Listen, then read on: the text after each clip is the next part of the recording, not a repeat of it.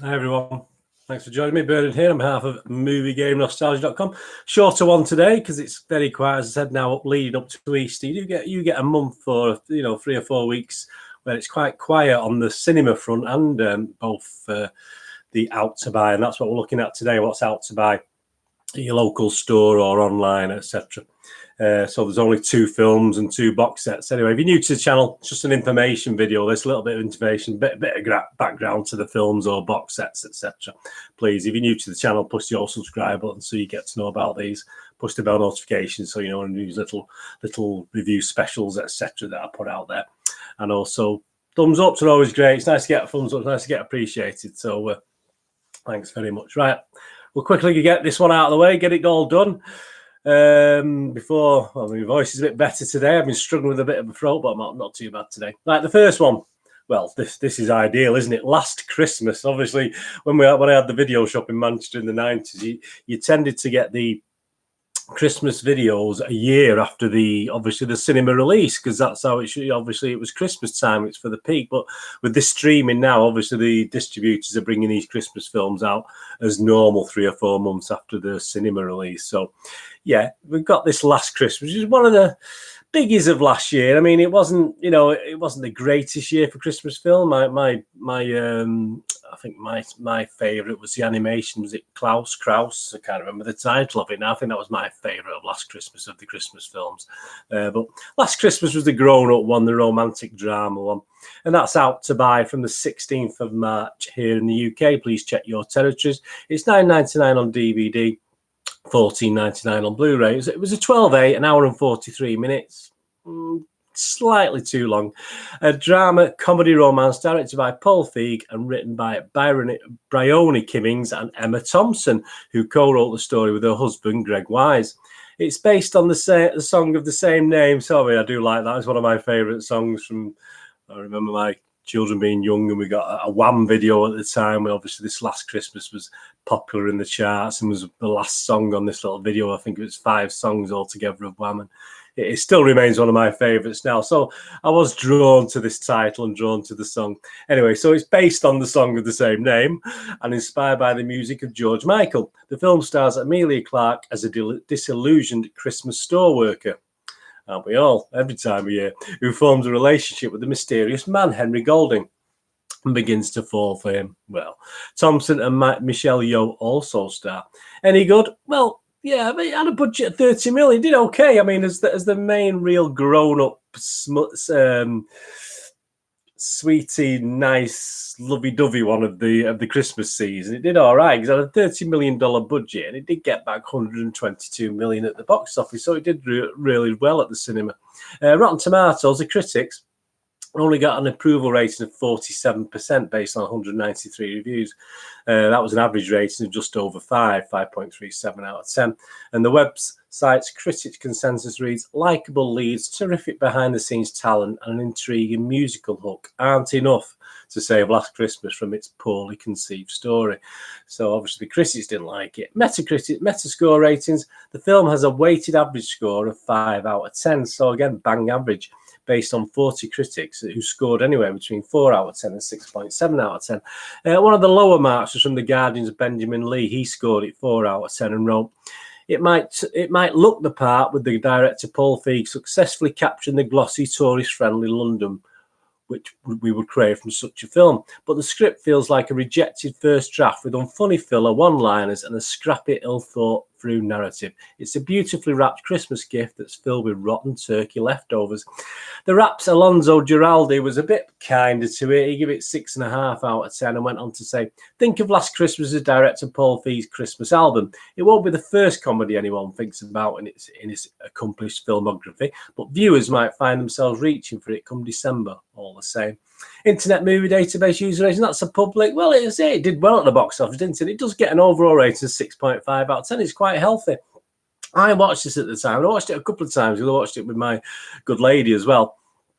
And just to sum up what I thought of the thing, over 1.5 hours and the last 15 to 20 minutes make it just about worthwhile, but it can be hard work getting there. And I just give it a rating of 6 out of 10, which is a watchable rating. Yeah, I thought it just meandered along. It was far too slow. I thought the last 15 and 20 minutes were excellent, what you expect from this sort of film. But a lot of people will struggle to get to the last 15, 20 minutes. So anyway, if you watched that and you liked it and you want it, buy it, that's out to buy. If you want to buy it or stream it, please do so. I wouldn't put you off. It's not the greatest. As I said, it perhaps isn't one I will go back and watch again particularly, but as I say, some people did like it. So that's Last Christmas, which was out to buy on DVD at $9.99 and $14.99 on Blu-ray.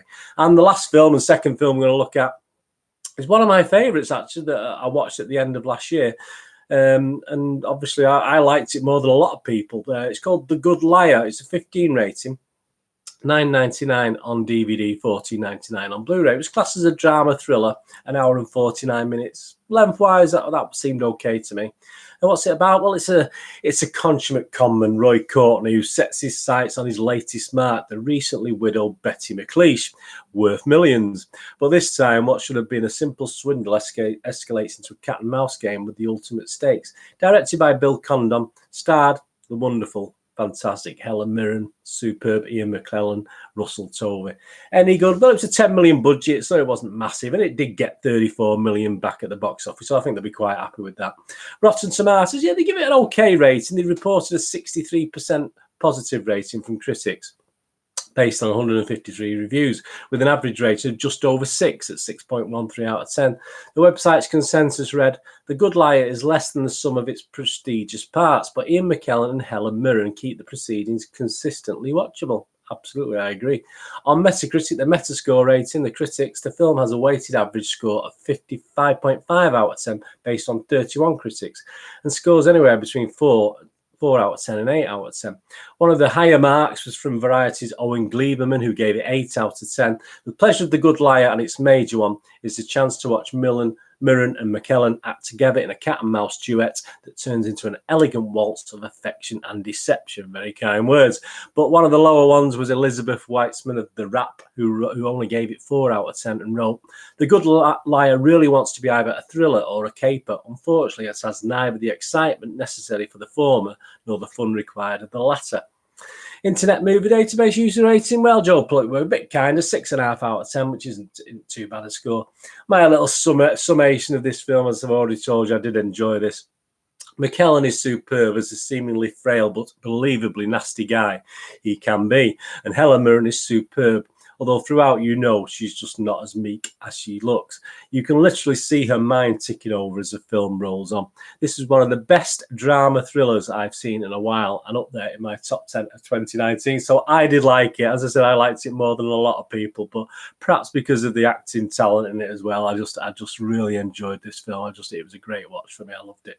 And I give it an 8 out of 10. And if you know my scores, an 8 out of 10, it may as well be a 10 out of 10 because I'm quite mean on the scores. But that's The Good Liar, which is out to buy now. And I say, I liked it. Let me know what you think anyway in the comments if you've watched it or you're going to go out and buy it and you're looking forward to it. $9.99 on DVD, $14.99 on Blu-ray.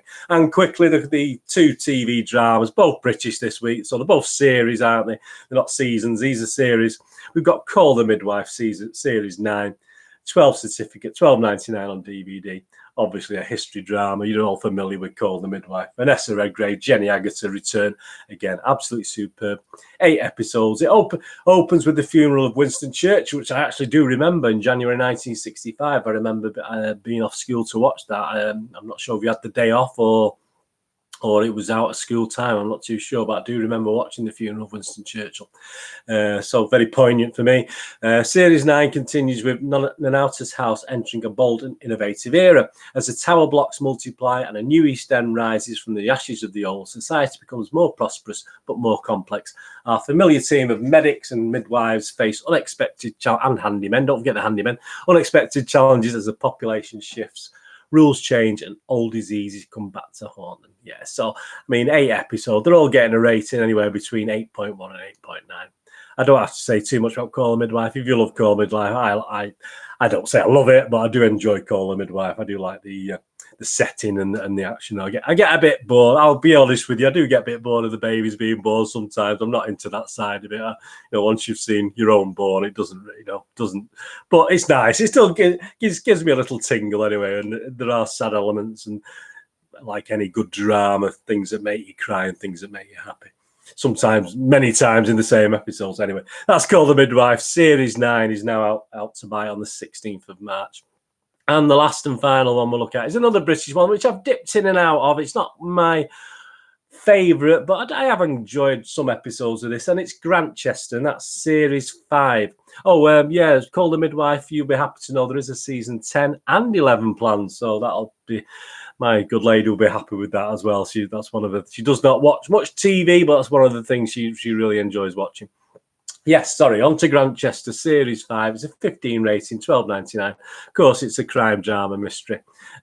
Similar time, isn't it, I think, to call The Midwife. Stars the wonderful Robson Green and Tom Brittney.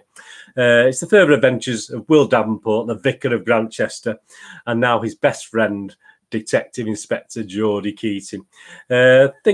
Cases, problems from a student's misadventure at one of the female-only colleges, a hit and run that leads them to a secret garden, a murder in a cinema, a death at a drug trial to a dangerously oppressive convent.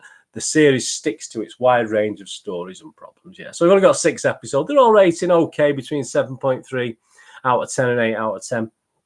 I've no information on the Series 6 yet, but this is Series 5. Keep saying season, don't I? I'm very Americanized. This is Series 5, $12.99 on DVD. That's out to buy for Grantchester. As I said, it's something that I find okay. I've dipped in and out of it, but it's not my go-to for watching things. But I do watch episodes from time to time. So if you like Grantchester, Series 5 is out. So that's this week finished. A nice Christmas film called Last Christmas, The Good Liar. Fantastic, in my opinion. One of my best films of last year. Call The Midwife, Series 9, and Grantchester, Series 5. Thanks for joining me for this little information. Very well, I've stretched out to 11 minutes there. Sorry about that. I thought it was going to be a bit shorter than that, but I'm sure there'll be more to look at next week in the coming weeks. Well, thanks for joining me today for this little information vlog. Please follow me on Twitter for all the latest news on @nostalgia_movie, and I'm on Facebook at Bernard Deneen with links to moviegamenostalgia.com, my website. If you can spare a couple of minutes to have a look at that, much appreciated, for old rare DVDs, posters from the 90s and 2000s, and board games. So more retro board games rather than newer board games. So please join me on there, or follow me on Twitter, or follow me on Facebook. Do you follow on Facebook now? I can't remember what they call it on Facebook. Anyway. I try to follow everyone back anyway. So anyway, thanks for joining me today. What are we going to do with the rest of a great one? Keep a lookout for all these little specials and movie reviews, etc. There's links below, and on the end card there'll be stuff that I've done recently that might pique your interest. So what are we going to do with the rest of the day? Have a great one. Look after yourself, look after your friends, and more importantly, look after your family. And this is Bernard. Hopefully you'll join me again very soon. Saying goodbye for now.